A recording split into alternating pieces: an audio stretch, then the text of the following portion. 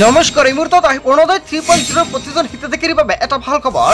অসমৰ মুখ্যমন্ত্ৰী ডক্টৰ হিমন্ত বিশ্ব শৰ্মাই পুৱা 10 বজাৰ লগে লগে লাখ লাখ মহিলাৰ একাউণ্টত সোমাই দিব 1250 টকাকৈ অৰুণোদয় 3.0 নতুন তালিকা প্ৰকাশ পাইছে। এতিয়া তালিকাত চাওক আপোনাৰ নাম আছে নে নাই। নাম থাকিলে পুৱা আপোনাৰ একাউণ্টত 1250 টকাকৈ সোমাই পৰিব। লগতে পিএম কিষাণৰ প্ৰতিজন হিতাধিকাৰীৰ একাউণ্টত কেন্দ্ৰীয় চৰকাৰৰ ফালৰ পৰা 2000 টকা প্ৰদান কৰা হ'ব।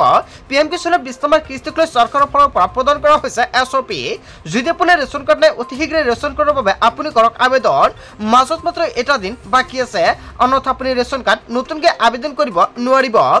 লগতে কেইবাটাও ৰাজনৈতিক খবৰৰ লগতে অৰাজনৈতিক খবৰ যুগুত কৰা হৈছে আজিৰ দিনটোত। গোটেই অসম তথা ভাৰতৰ বিভিন্ন প্ৰান্তৰ পৰা যুগুত কৰা হৈছে কেইবাটাও ডাঙৰ খবৰ।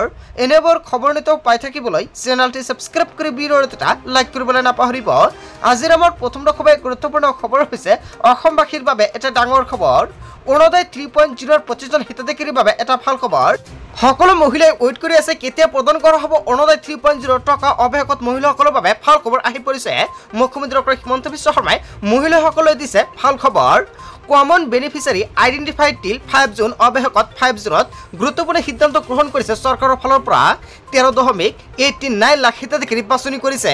কেৱল ইয়াই নহয়, additional beneficiary added since 6 June আৰু 6 জুনত চৰকাৰে যিসকল প্ৰকৃত হিতাধিকাৰী সেইসকলক বাছনি কৰিছে আৰু বাছনি কৰাৰ পিছত target achievement as of 26 June 2025 আৰু 26 জুনত টাৰ্গেট এচিভমেণ্ট আছিল সেয়া 80% সম্পূৰ্ণ হৈছিলে আৰু এপ্ৰুভ বেনিফিচিয়াৰী 92%।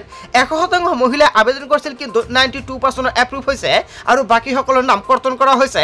হয় বন্ধু বান্ধৱীসকল, অসমৰ মুখ্যমন্ত্ৰী ডক্টৰ হিমন্ত বিশ্ব শৰ্মা চৰকাৰে গুৰুত্বপূৰ্ণ মন্তব্য কৰিছে। যদি আপুনি অৰুণোদয় 3.0 আবেদন কৰিছিলে তেনে ক্ষেত্ৰত আপোনাৰ বাবে এটা ভাল খবৰ, কিয়নো এই মাহত চৰকাৰে আপোনাৰ একাউণ্টত 1250 টকাকৈ প্ৰদান কৰিব। অৰুণোদয় 2.0 অৰুণোদয় 3.0 টকা একেলগে প্ৰদান কৰা হ'ব আপোনাৰ বেংক একাউণ্টত।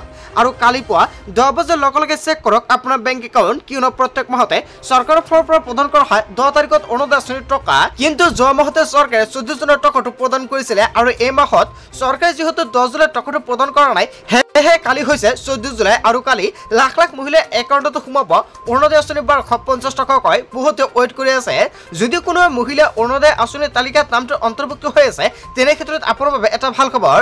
যদি আপোনাৰ তালিকাত নামটো অন্তৰ্ভুক্ত নাই, আপুনি নতুনকৈ কৰিব পাৰিব আবেদন। অসমৰ মুখ্যমন্ত্ৰী ডক্টৰ হিমন্ত বিশ্ব শৰ্মা ছাৰে সকলোকে নতুনকৈ কৰিবলৈ আহ্বান জনাইছে। যদি আপোনাৰ ৰেচন কাৰ্ড আছে, আধাৰ কাৰ্ড আছে, লগতে বেংক একাউণ্ট আছে, তেন্তে আপুনি অৰুণোদয় আঁচনিৰ সুবিধা ল'ব পাৰিব। অতি শীঘ্ৰে গাঁওসভাত গৈ আপোনাৰ যাৱতীয় নথি পত্ৰ আপুনি জমা দিয়ক আৰু আপুনি নতুনকৈ অৰুণোদয় 3.0 আবেদন কৰক। আৰু আজিৰ ভিডিঅ'টো সকলোৱে বেছি বেছিকৈ শ্বেয়াৰ কৰি দিয়ক।